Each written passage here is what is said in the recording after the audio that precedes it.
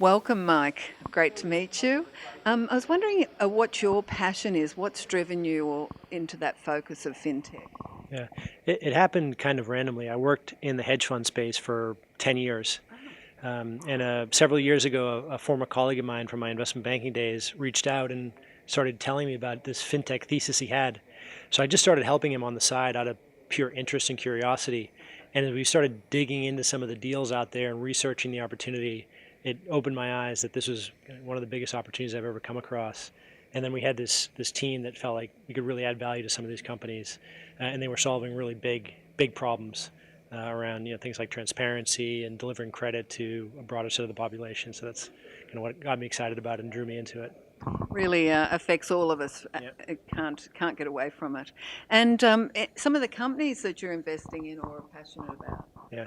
I think some of the more interesting companies, or the companies that are doing the best that we've invested in, are more around data and analytics, which is a little bit different than a lot of the kind of broader fintech ideas that people talk about. So there's been this explosion of data coming from different sources all around the web. And financial services industry is an industry that leverages this data for lending and for a bunch of other different use cases.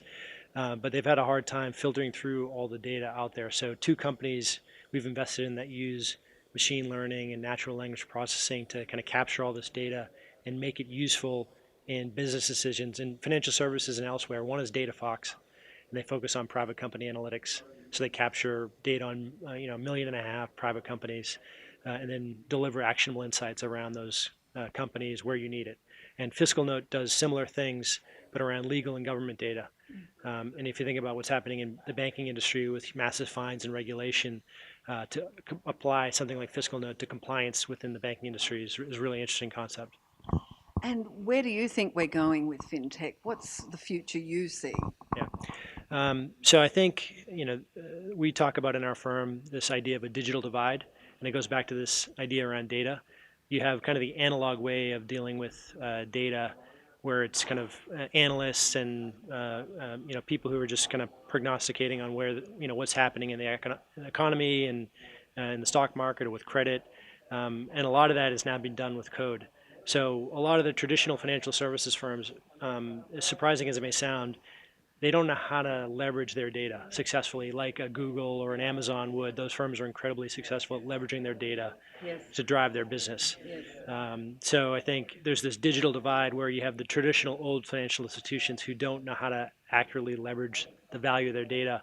And then there are new companies that just seamlessly can pull all these disparate data sources.